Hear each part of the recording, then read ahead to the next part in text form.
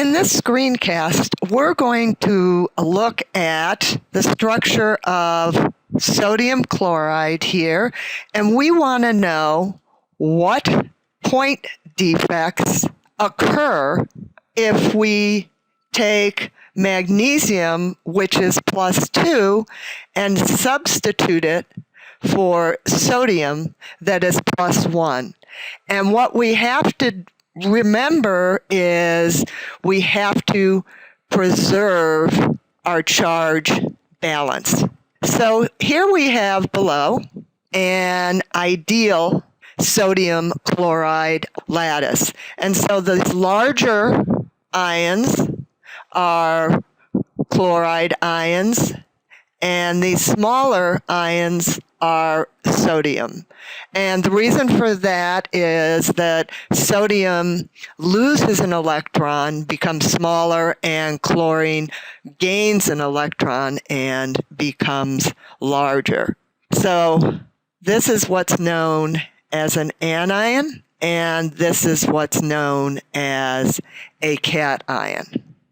So if we replace our sodium, which again is a +1 charge, and we replace it with this magnesium, which is a +2 charge, we can see that charge neutrality is not going to be preserved. So let's take a look at what happens in this picture. So the first thing we can do is remove a sodium ion and replace it with our magnesium ion. But again, if we do this, we're going to have a charge on this metal of +1, so we can't do that. To compensate for that, we remove a sodium ion, another one, which leaves a vacancy. So now our lattice looks like this.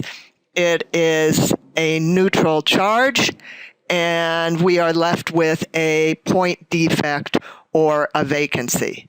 The other thing we can do is to negate that extra positive charge, we can add another chloride ion, which is -1.